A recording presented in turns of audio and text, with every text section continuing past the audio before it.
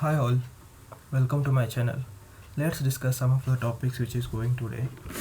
The first topic is Karnataka announces total lockdown every Sunday. Hit by a spike in COVID-19 cases, Karnataka has announced a daily dusk to dawn curfew starting June 29 and a total lockdown on all Sundays starting July 5.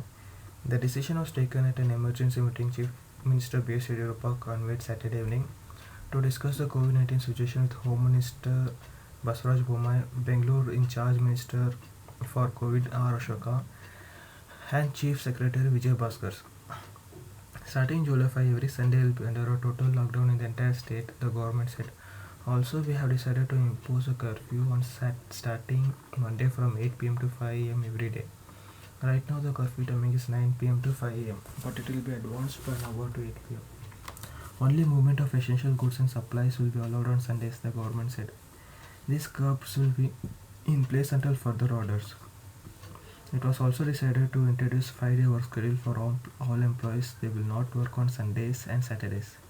The 5-day work week for all government employees will start from July 10.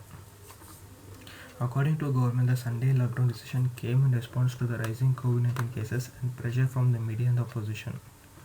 The government chose to start the Sunday lockdown from July 5, keeping in mind that the ongoing SLC 10 exams will get over by July 4.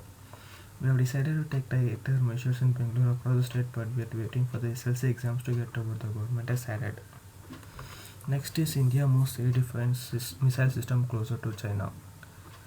Consolidating the border defense, the Indian Armed Forces have moved some of its air defense missile systems closer to the disputed India-China boundary in eastern Ladakh, which is witnessing a tense standoff between the Indian Army and China's People's Liberation Army for more than 50 days.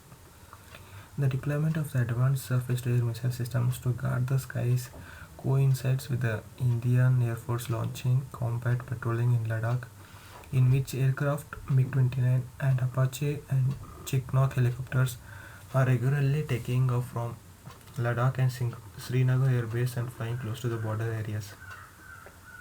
As part of the ongoing build-up in the sector, the air defense systems of both Indian Army and Indian Air Force have been deployed to prevent any misadventure by Chinese Air Force fighter jets or the PLA choppers. When asked to the Indian Army and Indian Air Force refused to disclose any information on such a deployment on operational grounds.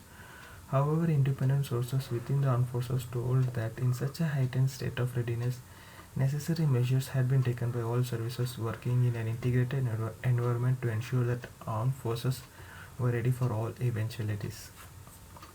The next topic is Smriti Irani said Sonia Gandhi has left no stone unturned to turn India or loot India for her children. Union Minister Smriti Irani on Saturday hit out at Sonia Gandhi over the Rajiv Gandhi Foundation row, alleging that Congress President left no stone unturned to loot the country for her children.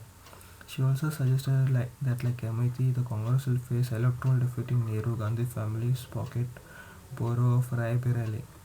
Addressing a virtual rally of party workers from Awadh and Kanpur, Bundelkhand region, Smriti Irani said one doctor of Bundelkhand sacrificed her life for the nation. There was a mother who tied her son to her back and challenged the British to free the country. Unfortunately, there is an MP from Rai Bareli who, through the Rajiv Gandhi Foundation, has left no stone unturned to loot the country for her children. Could any Indian imagine her entering into a pact with China and money comes from China in the treasury box whose keys are with Sonia Gandhi, she said. In a statement issued by the UP BJP, Irani alleged that Sonia Gandhi shook hands with the enemy. Thus, Sonia Gandhi has so much enmity that she took money from thieves, made the Prime Minister remote control, and also took money from the Prime Minister Relief Fund, the minister has added. And next topic is BJP said RGF, which is Rahul Gandhi Foundation, which got funds from China to Mehul Choksi.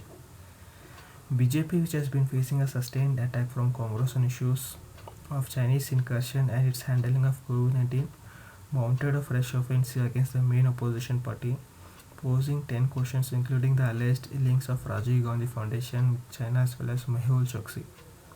Some months back, we saw huge hue and cry over Mehul Choksi. The Crown Prince of Congress is the most obnoxious language for the PM. However, it has also come to light that Mehul Choksi was also a donor for the RGF. Sonia Gandhi should answer. First take money from Mehul Choksi, then help him with bank loans, and then blame the present Prime Minister for his actions, BJP chief JP Nadda has told. Rahul Gandhi in 2018 launched a sustained campaign against the BJP government at center, accusing it of complicity in the multi-crore PNB scam in which Choksi was accused. As soon as in April this year, when the RBI released a list of 50 willful defaulters accused of cheating Indian banks, Rahul Gandhi took to Twitter saying, I asked a simple question in Parliament, tell me the names of 50 biggest bank scammers. The finance minister refused to reply. Now RBI has put names of Nirav Modi, Mehul Choksi and other BJP friends on the list. This is why they hid the truth from the Parliament. BJP chief said Sonia Gandhi should not shy from answering the serious questions under the cover of border disputes with China and the coronavirus crisis, insisting Gandhi family should answer to their sins. Alleging that national interest was sacrificed and donations into the family-run foundation was accepted, JP Nadda asked why countries like China donated to the Rajiv Gandhi Foundation every year between 2005 and 2009. Congress has repeatedly dismissed Nadda's attack on RGF for alleged donations to it from Chinese embassy and the Prime Minister National Relief Fund as a diabolical game of deception by the ruling party to divert attention from the alleged Chinese occupation of the Indian territory. Next is Nitin Gadkari has asked Commerce Ministry to export PPE kits. MSME Minister Nitin Gadkari on Sunday said he has requested the Commerce Ministry to allow export of personal protective equipment kits as the country is producing it in large quantities. Addressing a webinar on the occasion of International MSME Day, Gadkari, who is also holding the portfolio of road transport and highways, said about 2 months ago that India had imported PPE kits from China via special aircraft. But now the country's industry and MSMEs were manufacturing lakhs of PPE kits per day.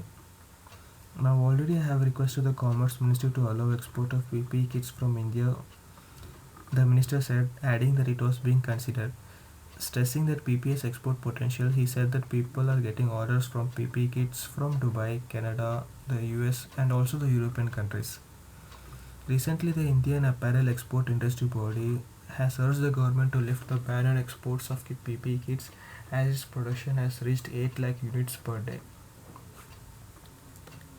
Next is Center extends deadlines for submitting bids for Air India. The government on Saturday extended the deadline to submit bids for Air India till August 31 as the COVID-19 outbreak disrupted economies across the world.